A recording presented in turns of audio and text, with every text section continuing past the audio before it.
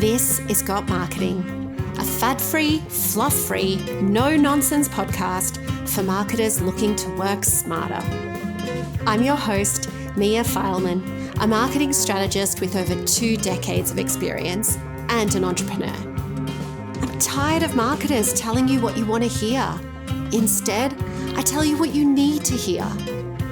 During the show, I chat with creatives and strategists about all the aspects of marketing, but especially marketing campaigns. Unpacking and dissecting marketing campaigns is what I do for fun. Got Marketing is brought to you by Campaign Del Mar, the marketing education platform where marketers and entrepreneurs go to upskill. Let's dive in, shall we? Hello, everyone, and welcome back to the Got Marketing Show. I'm your host, Mia Fileman, and today we are going to talk about whether marketers have become lazy. To have this chat with me, I've invited back one of my dear friends and one of the first people I ever had on the Got Marketing Show, and that is Erin Morris. And Erin is the founder of Young Folks, an independent marketing agency using business as a force for good. They're proudly a certified B Corp with carbon neutral credentials, verified by Climate Active, and they give back to 1% for the planet. Erin believes in using marketing as a vehicle to get radically better results. Welcome back, mate. Hey, thanks for having me. I'm so glad to be here and be chatting with you. I know, and so much has changed since you were on the show about a year ago when literally nobody was listening, and now we're a top 20 marketing podcast in Australia. Whoop, whoop. Honestly, I feel like I'm just glad I still make the cut now that you're so famous. Oh gosh, I wish. No, not at all. You are such an insanely clever marketer. And we probably should have started recording like 20 minutes ago when we pseudo had the chat before we even pressed the record button. And now we have to do it all over again. But I'm very, very excited for this conversation. So you sent me a bunch of DMs while you were out for your walk with this epiphany, and you have a bit of a hypothesis about Meta and Google. Let's hear it. I do have a hypothesis. So I have this I've observed that I believe that we are witnessing kind of the demise, or it's the beginning of the demise of this Meta and Google duopoly. And by that, I mean, for such a long time, a lot of marketers have been heavily reliant on Facebook and Google platforms. And when I think about, Meta and Google, we've got within the Meta stable, like WhatsApp, Instagram, Facebook, Messenger. There's a lot kind of in that mix. And within Google, you've got like Google Search, YouTube, like Google Ads. There's a lot in there as well. So you've got a mix of like organic and paid in both of those platforms. And there's certainly the places where there are the biggest audiences that we can target as marketers.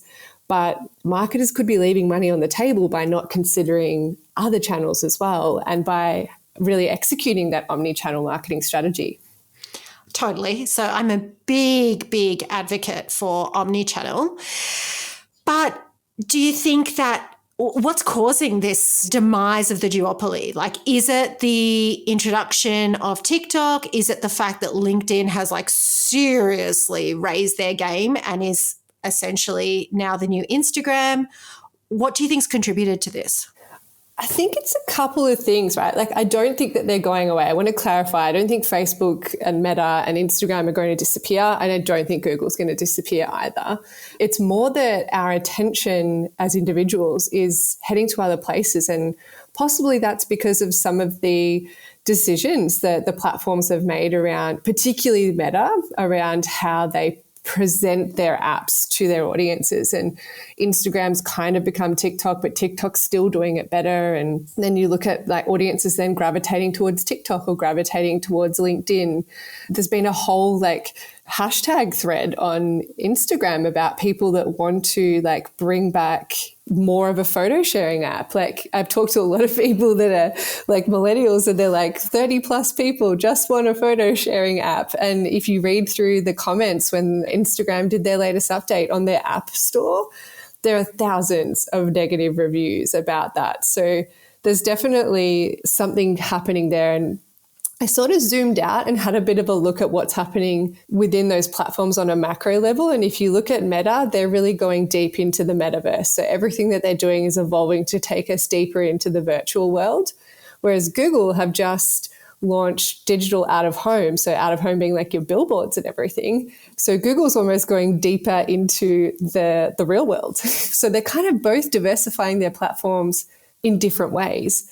And I think people are responding to what Google are doing better than they're responding to what Meta's doing, certainly anecdotally. But with the rise of other platforms, like you said, TikTok, LinkedIn, even people spending time on Reddit, you can go deep on like Reddit in subreddits and like connect to your community there, or Quora, or even Spotify ads. There's just so many Twitter ads. There's so many different ways that marketers can reach their audiences and engage with them. And for such a long time, a lot of marketers have relied on a sort of two-pronged approach to their marketing and not considered that omni-channel approach. Yeah. Okay, so the Instagram hashtag is make Instagram again, I think. And it was Kim Kardashian that came out and said, no, I don't want this entire platform to be Reels. I want it to be a photo sharing app. And that actually got Meta's attention because she has the biggest following on Instagram than anybody else. So definitely look that up. That's fun.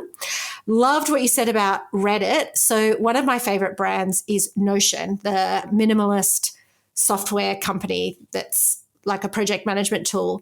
And they have built a Reddit community like no other. Like they have really mobilized their evangelists and turned their fans into evangelists using Reddit. So I really like that. So I guess, are you saying that if people are not enjoying Meta platforms and Google, I'm not enjoying Meta platforms, that it's probably the right time to go and fish in other ponds?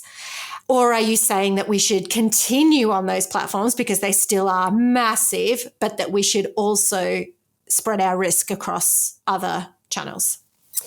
The second one, yeah. So we see this kind of in real times in an agency setting, looking at the results for campaigns across a wide variety of industries. So we're very fortunate in that agency position to have a lens on a lot of different things, and a lot of different industries and business models and products and services. So it's not just one thing where we're saying, oh yeah, Facebook ads still works.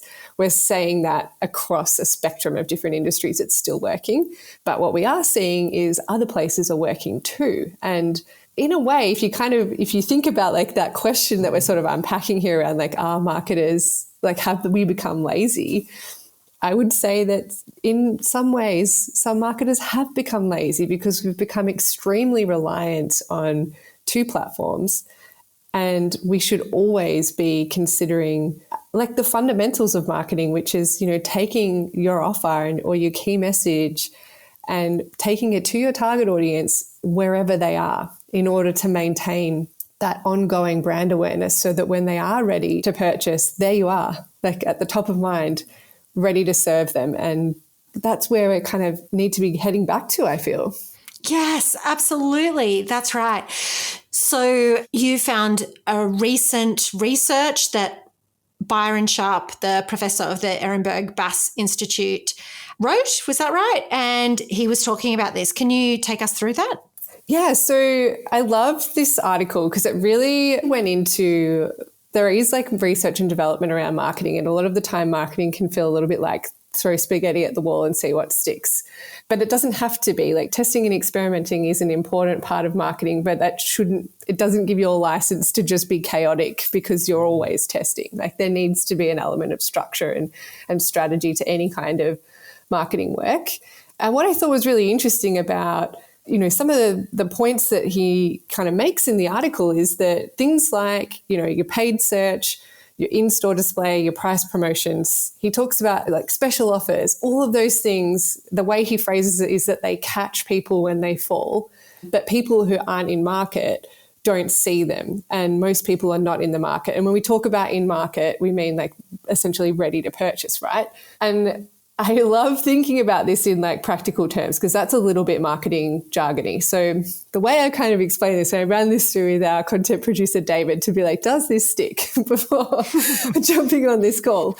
And the way I kind of see it is like, if you could track the conversions that are generated by the Dare Iced coffee and donut offer that's at point of sale at 7-Eleven during tradie peak hour, it would probably be pretty high. Like you can't necessarily track it unless it has a QR code on it. But if you knew every time that flyer worked to get a purchase, you'd be pretty impressed with the marketing results from this. What actually got the tradie into 7-Eleven in the first place? It's brand awareness. And so that's what this kind of whole report from Byron talks about, is like marketers have become obsessed with like performance marketing because it's measurable at the expense of remembering that brand awareness activity is often the thing that makes people convert via performance marketing in the end anyway. Yes, now you're speaking my language, that marketers have potentially gotten quite lazy with performance marketing in lieu of long-term brand building. Gut Marketing is brought to you by Campaign Del Mar, a marketing education platform for entrepreneurs. Master the fundamentals of marketing, nail your email marketing strategy, or join my signature program, Campaign Classroom, and learn how to create killer marketing campaigns. These are not the kind of online programs where you are left floundering, unsure how to put theory into practice. Nor will these programs sit unfinished for months. You can expect accountability, a supportive community, and to walk away with practical, real-world marketing skills. Learn more at campaigndelmar.com.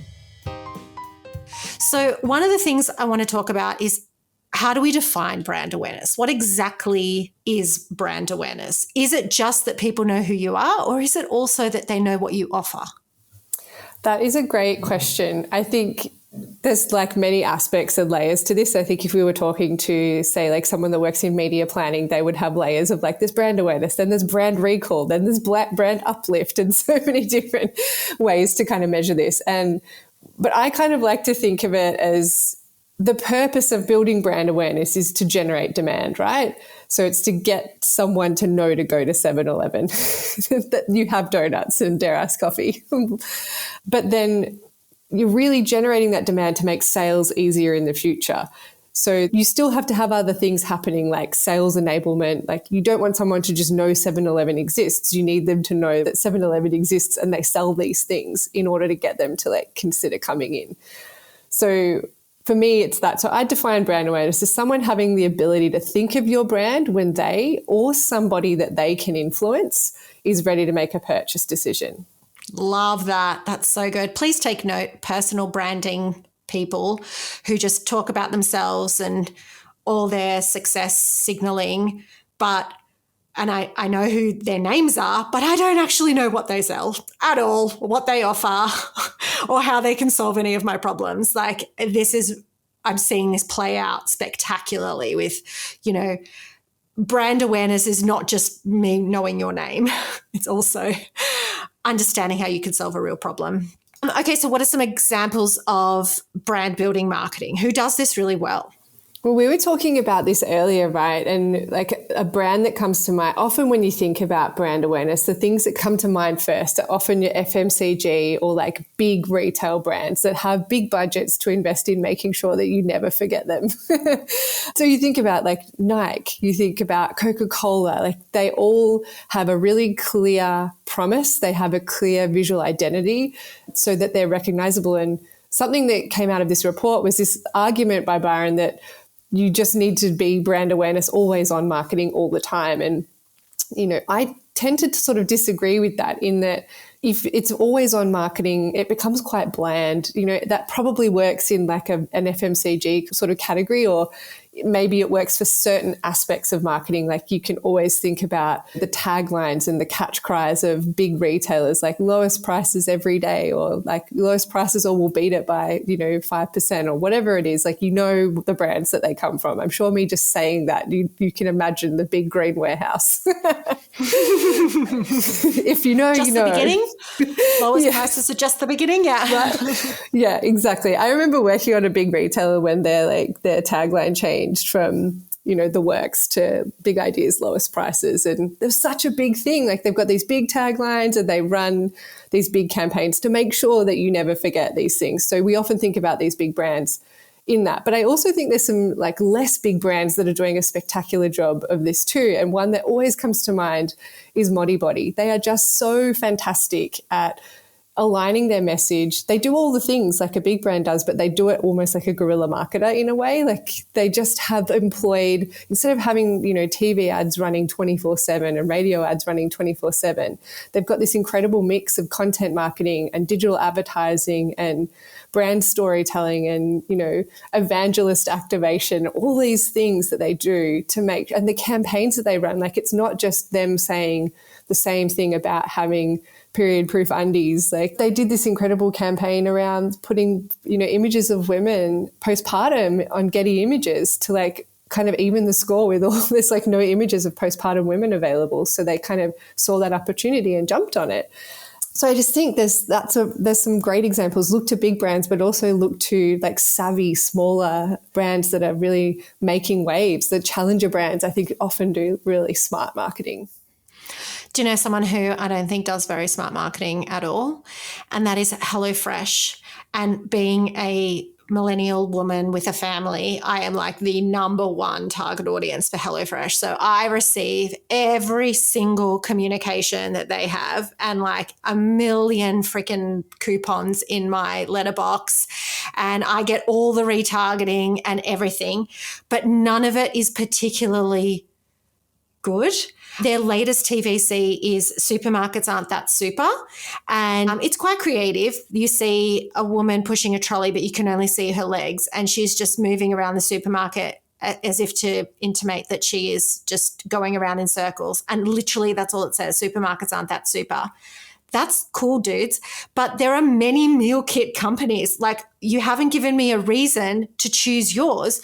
It's almost like they're marketing for the category. I don't know. I think it was a failed tagline in a way for a campaign, because it's almost like they looked to Aldi and said, oh, Aldi said we're different. They went, but I'm like, yeah, but Aldi said they're good different. So they still said what was good about them. HelloFresh have just said supermarkets aren't that super. But they didn't say what was anything good about them. They didn't tell us why we should consider them. They just said supermarkets are bad. And we're like, yeah, we all know that. They're annoying us, but they're still convenient. I can still go in there and get what I need.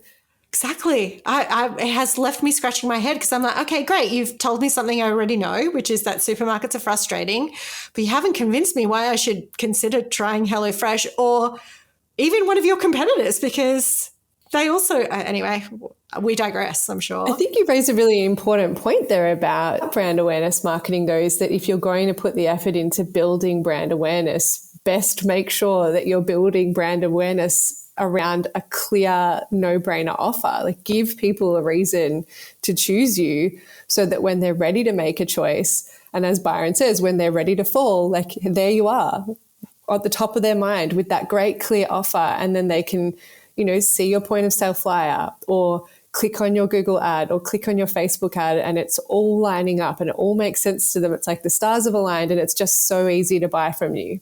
Exactly. I think that's the point I was trying to make earlier about brand awareness. It's not awareness at any cost. It's the right awareness. For sure. And also, if anyone's listening and they're just like, yeah, but you recalled the name Mia, so it obviously worked on you. Guys, I'm not exactly the average consumer. I consume TVCs like you consume Marriage at First Sight. Like, this is what I do for fun. So, of course, I recall these. I'm definitely not the average consumer here.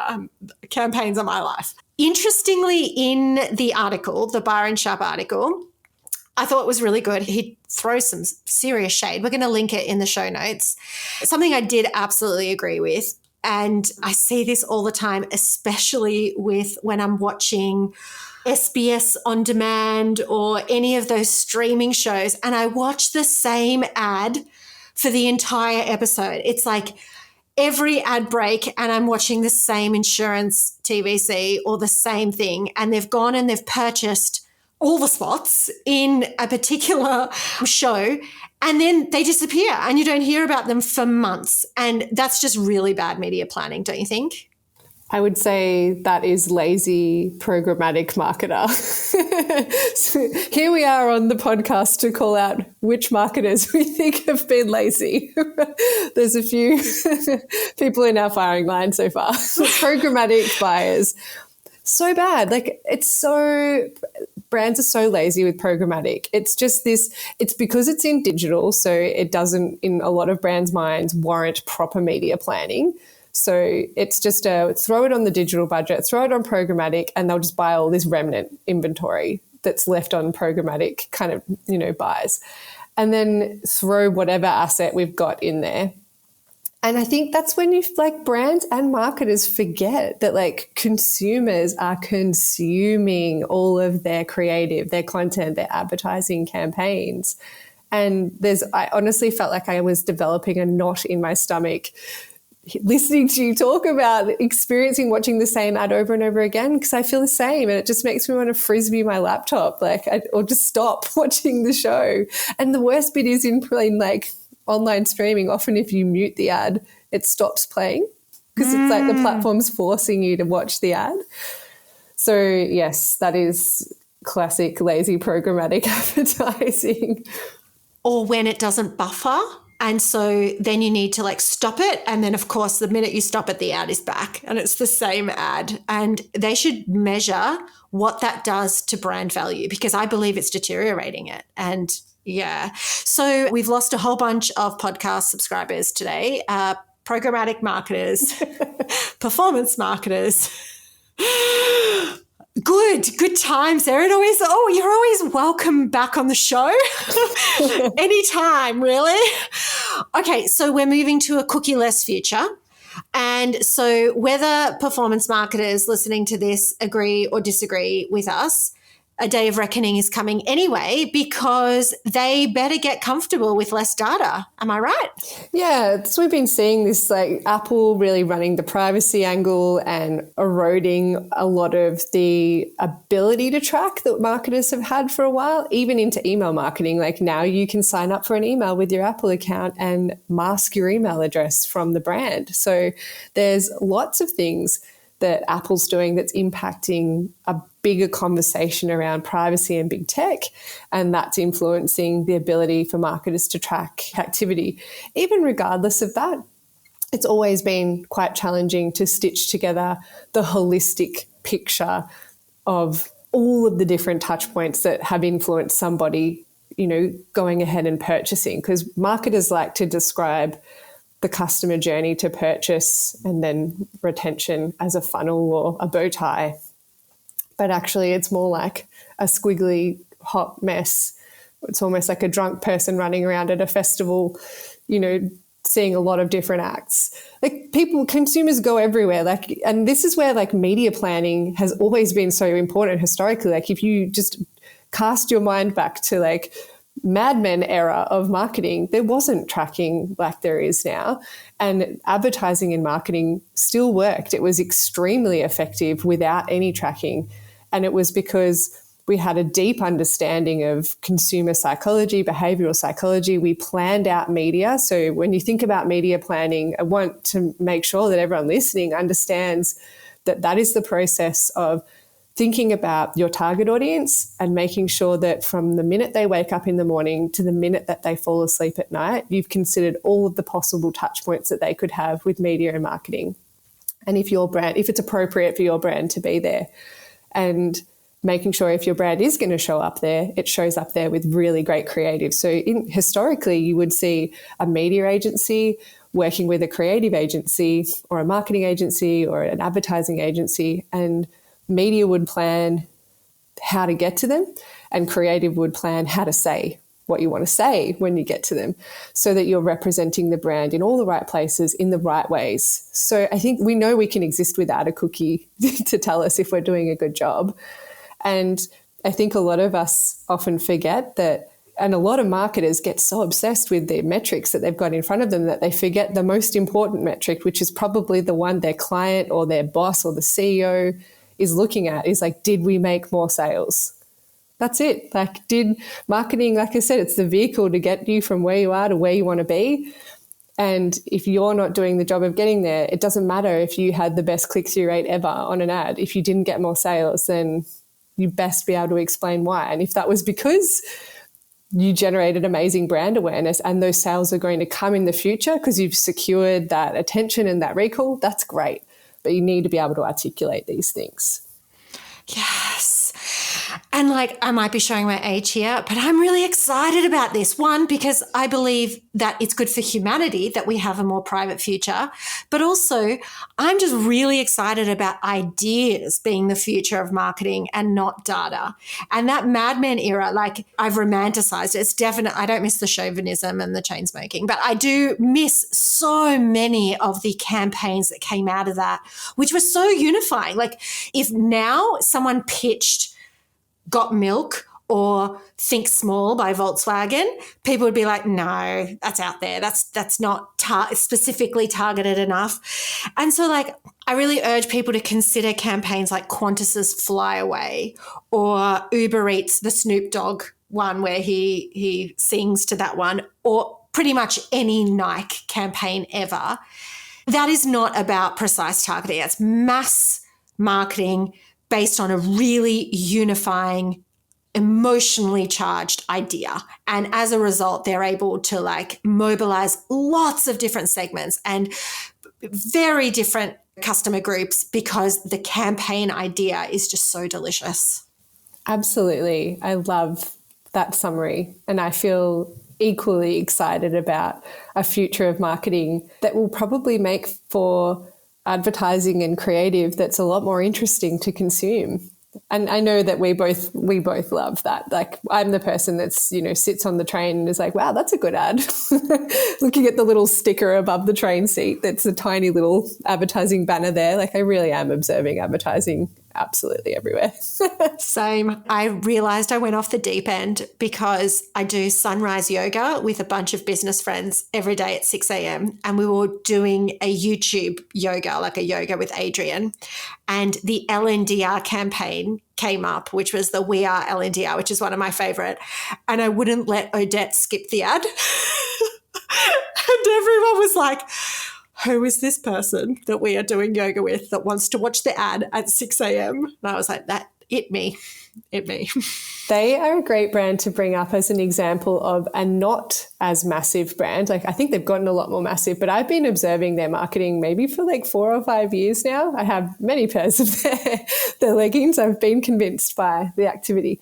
And they do a great job with like a little bit of a guerrilla marketing campaign. Because I know a lot of your listeners might be thinking, great, so you're telling me I need to run TV ads and become Nike? No, we're not saying that. Those principles will work at different scales of operation as well. It's about looking at defining your message, defining your no-brainer offer, defining your target audience, and then mapping out where are the places that you can reach them. And then you kind of look at the budget you have and go, well, what are the most reliable or the lowest risk places for me to go and reach them first? Like, if you only had $1,000 a month or you only had $300, you could still apply this thinking and use the principles and fundamentals of marketing in a lean way to get the results that you're looking for, to build the brand that you want to build so that people understand who you are and they know how to buy from you. You might not have 300,000 people want to buy from you tomorrow, but do you need that right now? Or can you get there over time if you even want to?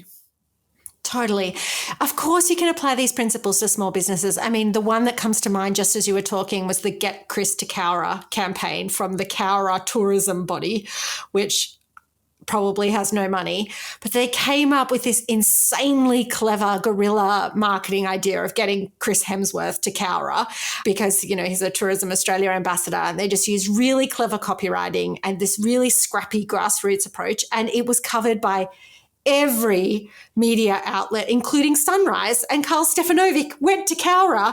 And then Chris Hemsworth said, yeah, I'll come to Cowra. That sounds great. Like, this campaign went bonkers because the idea was just so insanely clever. So we can absolutely apply these things. All right. Well, that's probably all we've got time for, Erin, but is there any final thoughts you wanted to leave people with today?